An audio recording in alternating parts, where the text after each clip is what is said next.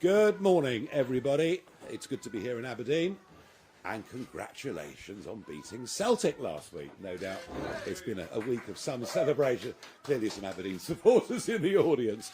We're very pleased today to be joined by several prominent businessmen and businesswomen who are very, very thoughtful and very, very worried about the future of the oil and gas industry and indeed all the related businesses and industries that go around that, and perhaps what might happen to the future of Aberdeen and the surrounding area itself.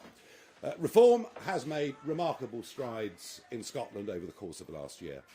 We managed to field candidates for every seat in the general election, but to be honest, it was pretty much a paper exercise. Since then, we've managed to build branches. We've been contesting by-elections every Thursday for councils, wherever they come up. We've had a steadily rising score.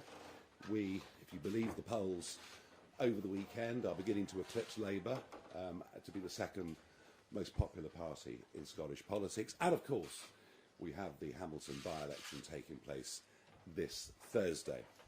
But the purpose of this visit, and I guess it was really the news that Harbour Energy were laying off yet more people, the fact that this industry is in serious decline, and that to a large extent it is wholly unnecessary.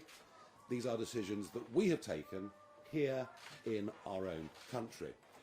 The tax rate, the super tax of 75% that was imposed by the Conservatives in the last period of their 14 years of government, was a disaster for the industry. Labour have only added to that by putting it up to 78% and stopping the application of new licences. Yes, the oil price is low at this moment in time, but after 20 years as a commodity trader, these things do move in cycles. 2025 will be a year of record consumption of fossil fuels. We can con ourselves as much as we like. There'll be more coal burnt this year than has ever been burnt in the history of mankind. And the same applies to the use of gas and oil.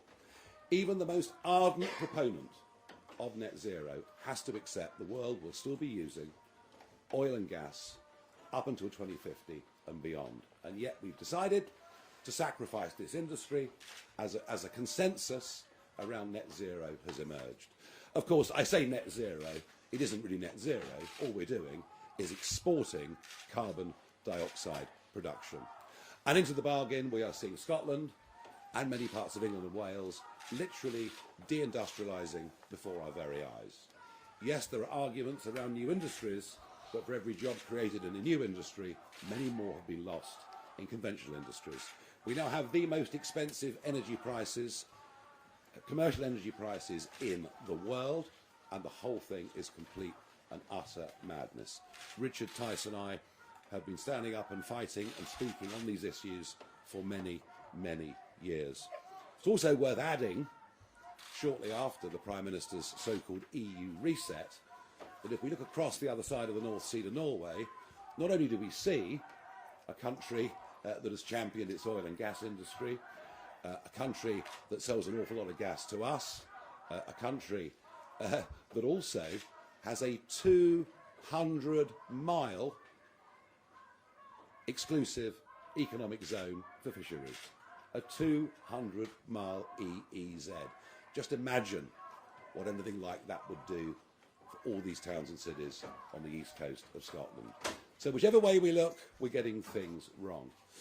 They must be laughing themselves silly in Norway that now actually we have to import a significant amount of our electricity from them as well. It is almost, the madness of this is almost completely and utterly beyond belief.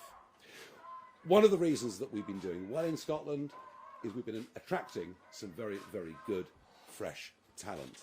There have been several Conservative councillors that have come to us, and there'll be a Labour councillor coming to us this afternoon when we get to Hamilton.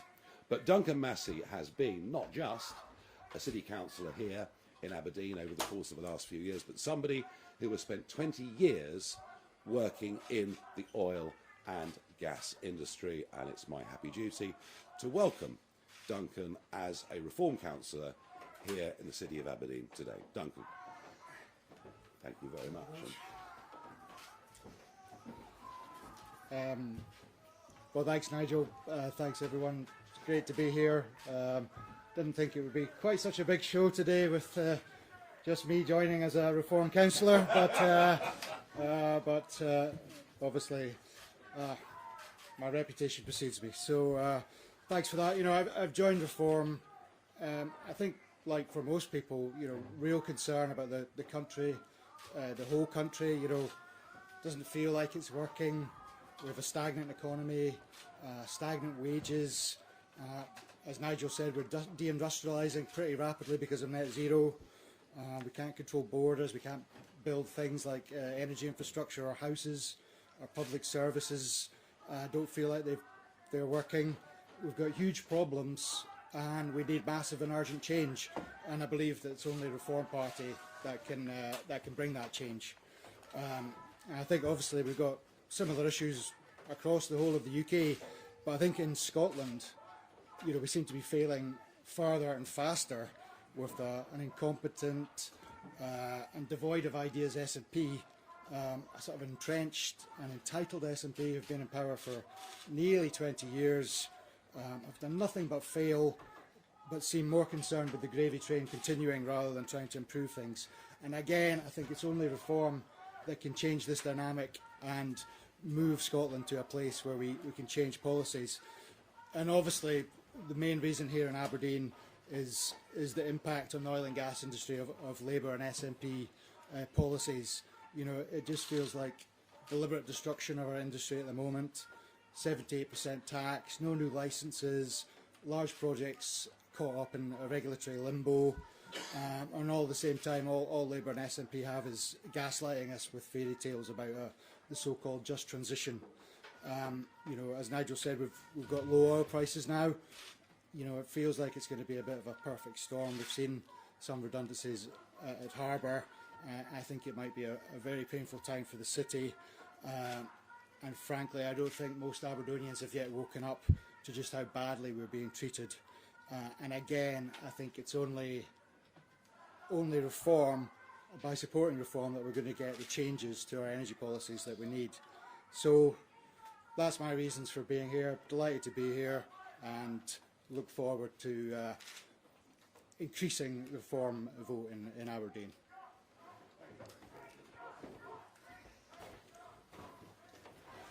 Now, it's exactly 365 days ago tomorrow that I decided to come out of political retirement and throw myself back into the fray. And in the aftermath of the general election, I had one big political target, which was the English County Council elections. I wasn't very happy that in 9 of our strongest counties the elections were cancelled, but we carried on in what on paper were our weaker areas and achieved a great success on the 1st of May. But carrying the torch for the party here in Scotland over the course of the last year, repeatedly visiting and encouraging and helping these branches to set up and defectors to come across, has been my deputy leader, Richard Tice, somebody who also has spoken out for many, many years on the madness of our net zero policies. Richard. Good morning. Thank you, Nigel. It's great to have everybody here. It's great to be here in Aberdeen, one of the global centres of energy expertise. And it's no coincidence that when the UK economy was growing every year at 2.5 to 3.5% in the 80s and 90s, yes, we were extracting significant quantities of oil and gas, and Aberdeen and Scotland was doing very well. And it's an absolute tragedy that this energy treasure is essentially being left in the sea, or indeed under our feet on land, because it is a huge, huge opportunity. And the other tragedy, I've just come back from the Middle East, where they are extracting oil and gas as fast as they can go. And guess what? It's making them very wealthy. And we know that oil and gas is a proven winner. It's a proven winner here in Aberdeen, and it's been a proven winner for Scotland. And that's why I think the simple slogan that I coined, "Drill Scotland Drill," you know, if it ain't broke, don't fix it. We know it works, and we should be accelerating it. I'm perhaps a little less polite than Nigel. I now call it net stupid zero. I think it's the greatest act of financial self-harm ever imposed on this nation by people in Westminster. And it's not them that suffer. It's ordinary men and women, families and children that suffer in our communities. And that's why we are battling so hard to turn this around. And we're very clear. Our ambition is to win the next general election. And we are polling, almost every poll now, we're polling ahead by 8, 9, 10 points. And here's the thing. If we scrap net zero, and that is our plan, then that is a great opportunity for the oil and gas industry that wants a welcoming government that creates a stable tax environment, a stable regulatory environment, and recognises the huge value that can be extracted from oil and gas. It is still hundreds and hundreds of billions of pounds in oil and gas offshore. There's hundreds and hundreds of billions of pounds also onshore from shale gas that we should be using. This is our treasure, and we should be using it rather than importing it from overseas, at which time you're also, not only are you deindustrialising our own nation, we're actually creating more CO2 by bringing it from America or wherever. So we've got this great opportunity. We need to change course dramatically. We need to do a complete U-turn, and we need to say to everybody, in particular the oil and gas industry, a reform government will be a government that welcomes investment, welcomes new licences, and we should get ready. We should get ready for those new licences to be granted and approved and to attract investment, equity investment, debt investment. We know it works. We know it's a generator of huge wealth, huge prosperity and huge opportunity, not just for Aberdeen, but for Scotland. And that's why we're here. And I think that's why, to everybody's surprise, in Holyrood and Westminster, we're doing very, very well here in Scotland. Thank you very much. Okay, we have a long list of media questions which we are happy to take, starting with James Cook from BBC News. Thanks very much. Sorry, I was looking for a microphone. There is one. There is one. Thank you. Morning, Mr Farage. These people shouting outside say that you're a racist. Will you reassure them you're not by apologising to the Scottish Labour leader Anas Sarwar for claiming that he would prioritise the Pakistani community when you must know that he literally said no such thing? Okay, so I can tell you this. We've not heard these sort of chants or tweets in England now for a very, very long time. And indeed, the First Minister, Swinney, was the one that started using this word yesterday in a deliberate, I think, and very, very provocative way. I would remind everybody that the chairman of the party is Scottish-born, but comes from parents who come from the Indian subcontinent. But we don't talk about race at all. We think everybody should be treated equally. We object very strongly to the segmentation of people into different types. And I think, to be frank, that Mr Sarwar has a record of obsessing on this issue. There was the famous speech that he gave in the Scottish Parliament saying, why the judiciary white, why are these leading figures in Scotland white? A most extraordinary speech given the statistics and figures here. And actually, I think that speech that he gave was sectarian in its very nature. We are the South Asian community. We are going to take over the country and take over the world. He didn't say any such thing. Well, he did actually very, very clearly. He did not say that the South Asian community would take over the country or the world, he said, nor did he use the word prioritise. He said... Why can't, I hear what you're saying, but why can't you just accept what he literally said and not mischaracterise what he said? We believe what he said was a form of sectarian politics, and we don't like it one little bit. Thank you very much indeed. Ben Phillip from BBC Scotland. Obviously, here in Aberdeen today, Nigel, many will be listening to what you're saying about the oil and gas industry. On the slogan, Drill Scotland, Drill, is it not the case that that will just make oil and gas companies even wealthier? It's not going to lower bills. How will your policies actually help ordinary people? Jobs, jobs, jobs, very well-paid jobs, money in people's pockets, which they'll spend in Aberdeen and elsewhere. And yeah, big companies can make big profits. Big companies can make big losses. It works both ways. This idea that a political party either supports the workers or supports the private companies that put risk capital in is absolute nonsense. The two can't coexist without each other. And what is for certain in Scotland and across the wider United Kingdom is the public sector gets bigger and bigger and bigger, and our overall national finances means that we're getting poorer and poorer and poorer. And just look at GDP per capita over the course of the last few years. I know, but most of the oil and gas that is extracted from the sea just outside is exported. You know, so something will need to change the wholesale prices to actually bring bills down for people. That's a very interesting point. Oil tends to trade on a global market at a global price priced in dollars. The gas market is completely and utterly different, and Richard knows a bit more about what happened in America with gas prices. Yeah, so funny, isn't it? We're told that gas is an international price, so why is the American price of gas about a third of the UK price? Why are therefore their electricity bills about a third to a quarter of our bills? I completely refute your suggestion that being reliant on oil and gas will not bring down bills. We know it will because it did. And there is a direct link between the increase in renewable generating capacity over the last 10 to 15 years and the dramatic increase in electricity prices way above inflation. That is the simple reality, and cheap energy drives everything. It drives investment, it drives businesses, it drives prosperity, and there is a direct link between our high electricity prices and there's just and the renewable generating capacity. And here's the other thing that people won't tell you. The vast majority now, about 2/3 of our electricity price is now policy costs, levies, subsidies, transmission costs, constraint payments, and all of that. The actual wholesale cost is down at somewhere between 30 and 35%. So I'm afraid people are being completely misinformed about the truth. Yeah, and a political class that have all agreed on everything for year after year after year, and that is why the injection of reform is going to change the whole nature of the debate around economic issues in Scotland. At least I believe that it will and that it should. Christopher McCall, Daily Record. Hi, Nigel. Back in 2015, during the general election campaign, you said that taxpayers in England were, quote, cheesed off with the amount of public money that goes to Scotland. Can I ask, is that still your view?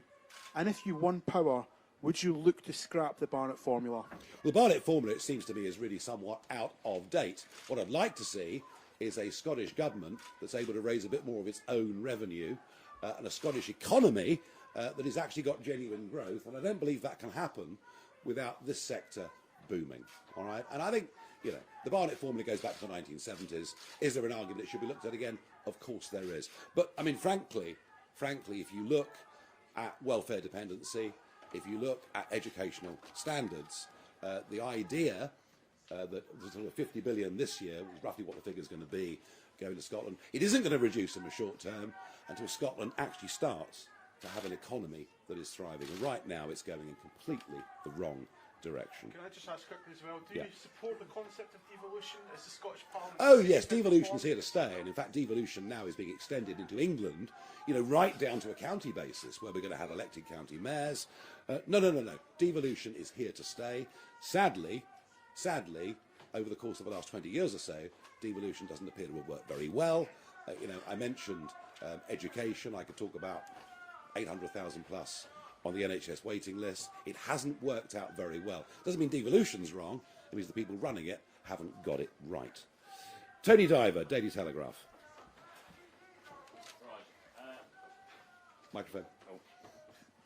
Thank you very much. You said yourself that reform has not been around in Scotland for very long. You said at the last election you ran paper candidates competing in this election. How long is it going to take you to build trust in Scottish people? How long do you think that by this time next year, when Scotland goes to the polls in the Scottish Parliament election, you could win a majority of the Scottish Parliament or even become the second largest party? Well, I think that if you look at County Durham, where we wiped away the Labour Party on May the 1st, if you look at Staffordshire and Kent, where we erased the Conservative Party, you see we were able in England, with lots of focus and effort, to build a fairly professional, in fact, actually, I'm going to be honest, very professional campaigning team with a good list of vetted candidates. In Scotland, I mean, to be frank, Scotland has not had much resource, but some very energetic, good local organisers, some great new people of talent and real-world experience joining us. I don't see any reason why we can't do exactly the same thing here. You know, I mean, I accept the SNP have a very, very solid baseline vote. I think the Conservative Party in Scotland will wither away. It's frankly serves no purpose. And I think the conditions for the Labour vote in many parts of Scotland are not dissimilar to what we saw in County Durham. So, yeah, I'm very optimistic we can make a big run at the Scottish Parliament next year. We've got a lot more to do. You could say right now the party in Scotland is a movement. It's a teenager, hasn't quite yet reached maturity. Maybe the result on Thursday will be the thing that actually gets us to full adulthood. Thank you very much indeed. Simeon Kerr, Financial Times. Sorry, not here. Okay. Ashley Maguire, GB News.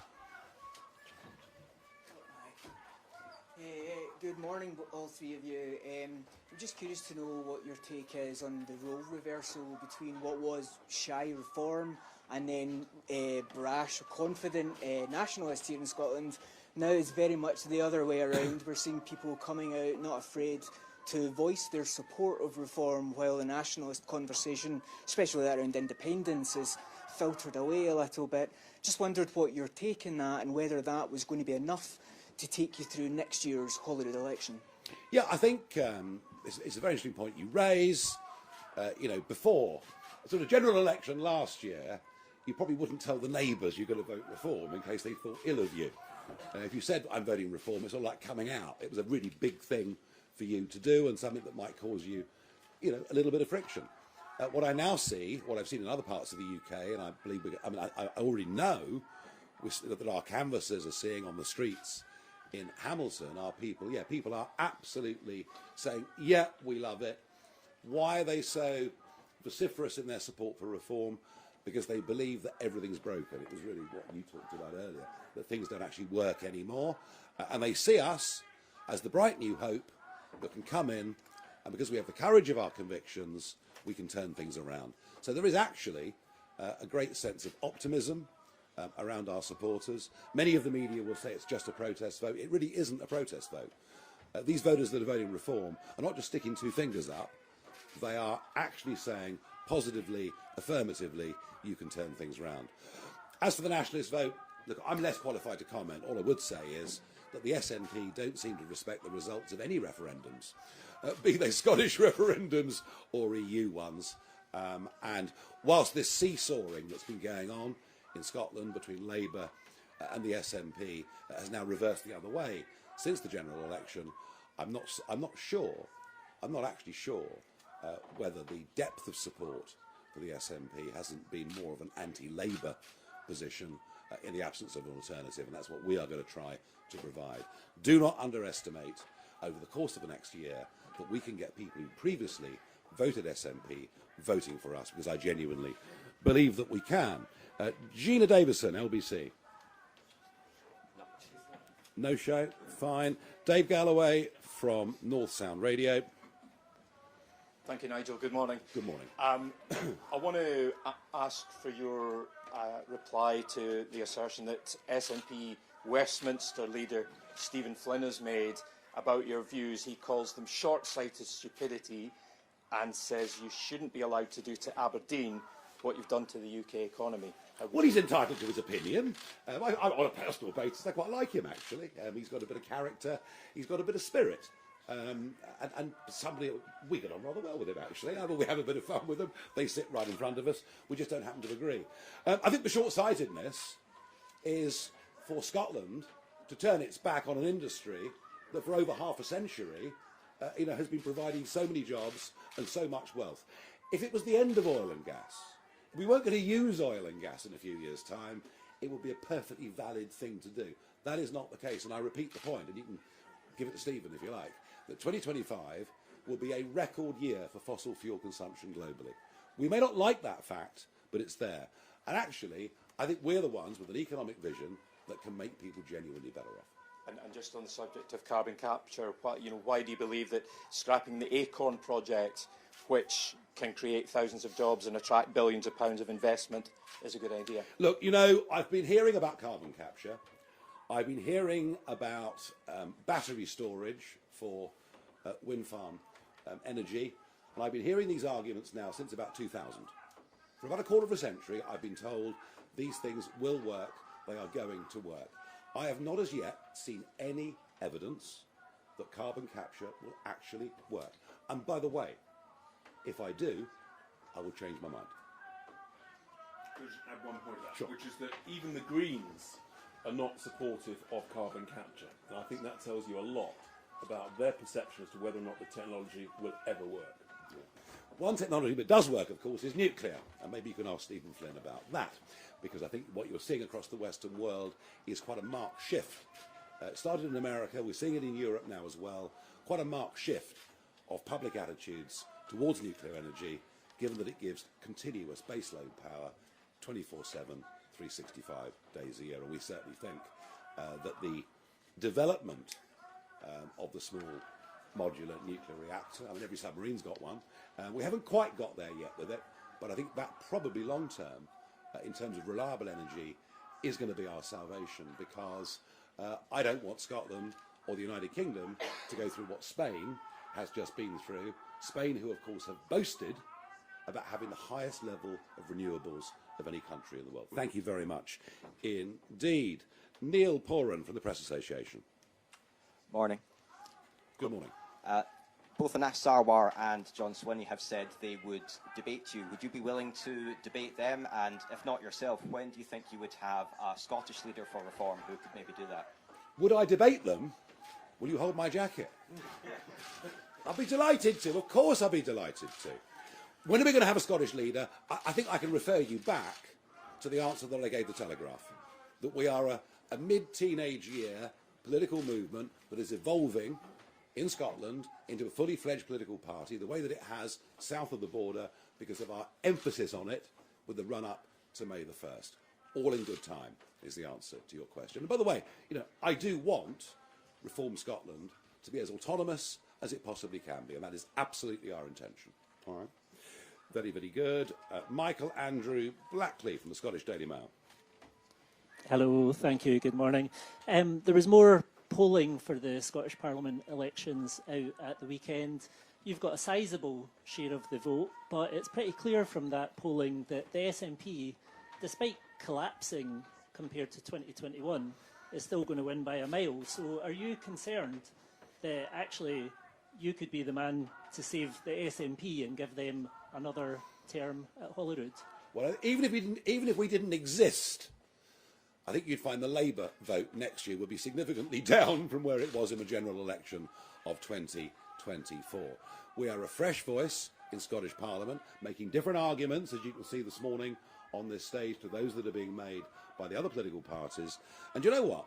Even in opposition in Holyrood, and even in the run-up to those elections, I think one of the things that I would stand on the track record that Richard and I have got, is we're actually quite good at shifting national debate and shifting government policy, regardless whether we're in power or not. So I believe we can have a significant impact on policy from now going all the way through. And I think, by the way, on oil and gas, on the whole net zero debate, this is almost the next Brexit, where you have, you have Westminster, you've had Edinburgh, you have Cardiff, all have been wedded to one particular point of view. Us, as the minority voice inside those institutions, but increasingly a majority voice out in the rest of the country. Believe me, the scales are falling off the eyes of the public when it comes to net zero. They realise that we are putting upon ourselves a massive cost, let alone the opportunity cost of what we're missing when we globally produce less than 1% of global carbon dioxide, that percentage falling every single year. And when they actually understand that when we close down refineries, think Grangemouth, when we close down steelworks, think Scotland going back a few years, all we're doing is exporting the emissions of CO2 with the goods then being shipped back to us. The public are waking up to this, and very, very quickly, I might argue. Conor Gillies from Sky News. Mr Farage, Anas Sarwar has called you a pathetic, poisonous little man. John Swinney says you're not really interested in Scotland. Are they right? And second of all, have you ruled out standing for Holyrood next year? I have ruled out standing for Holyrood next year. I am not a Scot. Beyond playing golf and attempting to catch salmon and a few bits of family, I don't have Scottish connections. Even when I was in business, I didn't have much. I had some, but not much north of the border. So I will not be standing for Holyrood. That would be wrong in every way. Do you know what? The more they insult me, the more I know we must be doing something right. And I think they're in a blind state of panic. They're chucking around all sorts of insults. I thought the First Minister yesterday was frankly insightful in what he said. But for today, I will not return the compliment. We'll let the public make their own minds up. I'm not going to get involved in a war of words. But do you think you started that by mischaracterising Anna Sarwar's words, just to follow up on what James said earlier? No, Mr. Sarwar seems to be obsessed with race. You know, I've mentioned this already to the BBC man sitting on your right. Speeches in the Parliament about why is everybody white? You know, what's wrong with Scotland? And we just don't see things like that. And I think that speech was a sectarian speech. Do you know what the context of that speech was? I don't know. So you're putting... Oh, yes, I do. It was the independence. Pakistani independence. Yes, it was. Yeah, OK, I get that. But... The speech in Parliament was about Pakistani independence. I think the speech that he gave, when he talked about the South Asian community and what we can do. I think our view is that we ought to be as colourblind and as race blind as we possibly can be. You know, people have their own private practices and religions. With respect, though, you're the party that are putting out videos about race. Well, we didn't start it. No, you asked me, did I start it? No, he did. Of that, I have no doubt at all. Stephen Brown, STV News. Morning. You've come here spoken an awful lot about oil and gas, very little about renewables. What is your investment plan for renewables? Indeed, for the 50,000 people in Scotland who are now directly and indirectly employed in renewables, some of them will be concerned about your rhetoric around net zero and what that might mean for their future jobs. Well, I don't mind renewables. If renewables work and can stand on their own 2 feet, that's fantastic. But at the moment it can't, it never has done, and it's directly contributed to energy bills being, as I've said already, the most expensive industrial energy in the world, which is disastrous throughout all levels of industry. So if renewables can stand on their own 2 feet, good, but let's not con ourselves. You know, these wind turbines aren't being made here, these solar panels aren't being made here. I think there are some very serious questions. Going ahead, as I've answered already to local radio, you know, if we can make these renewable energies work, if we can make, battery storage, if this stuff can work, fine. And investment will continue to go into those areas. But to make ourselves too reliant on intermittent energy would be a massive, massive strategic mistake. And you've spoken about the idea of oil and gas licences in the future, potentially requiring an equity stake within that from government. Yeah. How much taxpayer money are you willing to throw at oil and gas licences in the future, which by their very nature, as the oil and gas declines in the North Sea, will become far riskier? Yeah, there is risk to it. There is this, but the rewards are absolutely enormous. Just look at the way Norway's approached its whole industry. They had stakes in these right from the very start. They've had a sovereign wealth fund. We just need to look across the North Sea to see some very good examples of how things can be done. Thank you very much. Alistair Clark of the Courier. Morning. You're referring to 2 speeches that you say Anna Sarwar made. The second of those, are you sure you're not referring to one that Hamza Yusuf made in Parliament? Secondly, for Councillor Massey, if I may, the Tories and SNP have fought between Aberdeen seats up here for a long time. What do you think's gone wrong with the Scottish Conservatives that you've decided to leave? Look, I'm not going to delve any more deeply into comments by Mr. Sarwar about me, or indeed the First Minister. I think we've said enough on that. Scottish Conservatives have stood for nothing for a very, very long time. They haven't had the courage to stand up against some of the stupidities that have been done in Scotland, but maybe our former Conservative councillor half an hour ago can answer it better than me. Yeah, I agree with that. I mean, I think, the SNP are doubling down on their anti-oil and gas record. I think it was only the other day when the SNP said that they were, fully focused on net zero. I think, go back to Conservatives, obviously I've got respect for my Conservative colleagues, but I think they have failed to set out a vision for Scotland and for the UK, and I think Reform has done that and is doing that, and you know, we're very much in Scotland the start-up party that is pushing ahead with sensible policies for energy and for oil and gas. Thank you. Stephen Carroll from The Guardian. We take a lot of questions here, don't we? Hello, it's Stephen Carroll from The Guardian. Mr Farage, can I just clarify something about Reform policy on oil and gas extraction and coal extraction? Is it Reform's policy that all oil, gas and coal should be extracted worldwide? And what is the Reform's analysis of the impact that's going to have on climate heating, which tens of thousands of scientists are absolutely clear is proof is happening now and is causing deaths worldwide? We are less than 1% of global CO2 production. That number falls every single year.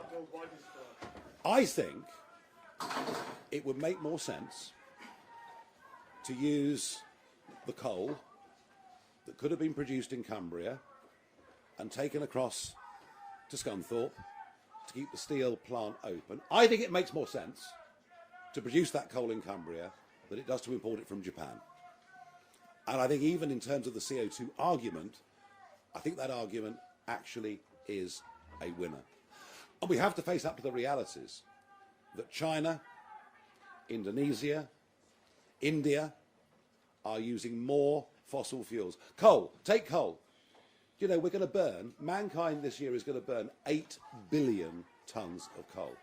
I share with you reservations about what this is doing to the atmosphere. You know, I share those reservations. But does it make sense to commit economic harry-carry in this country whilst this is happening across the rest of the world? No. Better to refine in this country, better to produce chemicals in this country, better to manufacture cement, other products, steel, other products that use an enormous amount of energy, better to produce it here under better environmental standards than produce it in India and China under much lower standards and then ship the goods back to the UK. And I'm just trying, Sir Severin, I'm just trying to be rational and logical. Can I just go back of to course. the first question, though? What is the Reform strategy on or position on maximising oil and gas and coal extraction worldwide? Because if you say it's good for Scotland, then presumably it's good for everybody else too. Well, it's good for Scotland. No. Let's get back to logic. If we're going to use gas in Scotland and elsewhere, there's a strong argument to say we should produce it ourselves, make lots of jobs, and get lower energy bills. And that's the argument that we will go on making, and I think the public increasingly support us. The Herald I'm going to speak to last for fairly obvious reasons outside. Alexander Ellards from The National. Yes. Good morning. Good morning. So last year, Labour suspended around 10% of the weapons export licences to Israel. The following day, writing for GB News, you questioned whether Israel was really still an ally of the UK. I'm just wondering if you can expand on that, just outline your foreign policy position on Israel and Palestine. I'm sorry, that's wrong. I said it the other way round. It wasn't whether Israel was an ally of the UK, it's whether the UK was an ally of Israel, and I say that after the British hostage case, where I did meet the family, I did make very, very strong representations to the British public to say, look, this Damari case, we need to wake up to this. I did my best through American media to make them aware there was a British hostage, and I think what you'll find is that the Foreign Secretary, David Lammy, met with the family and gave a fairly underwhelming response. So my question then, and as you say, we are going back a bit, my question then was, are we really an ally of Israel's anymore? I know that since then things have deteriorated, and even some of Israel's strongest friends in the world are asking some quite serious questions. I guess that's my question then. If you were at the head of the UK government, what would your position on Israel and Palestine be? Would you label their actions in Gaza a genocide? No. Would you suspend all arms licences? No, I wouldn't. And I think we have to get back to a fundamental fact that what happened on the 7th of October was the most appalling barbarism committed by an organisation who say they will do it again and again and again. No easy answers, I accept that. I'll just say one more quick thing, if I may. Very, very interesting to see some quite senior American generals over the course of the weekend, talking about the new EU Defence Pact, which Starmer is signing us up to.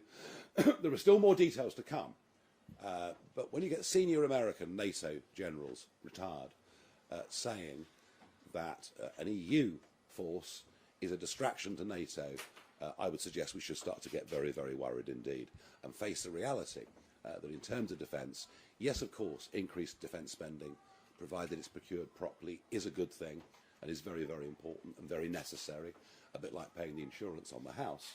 Without the Americans, we are defenceless. And the more we push down this EU route, the more sceptical the Americans are becoming about our independent role. Right, okay, where are we going next? We've got Rachel Amory from The Scotsman. Good morning. Looking at the by-election this week, if Reform comes third behind Labour and the SNP, is that a failure in your eyes? And if Reform does win and we see a Reform MSP in Holyrood, will we see more sort of personalised attacks on other MSPs from that candidate? You're giving a very wide range of expectations there. Are we going to win it or have a disaster? I mean, you pay your money, you take your choice. From what I understand, there's been no proper polling done within the constituency whatsoever. We just don't know.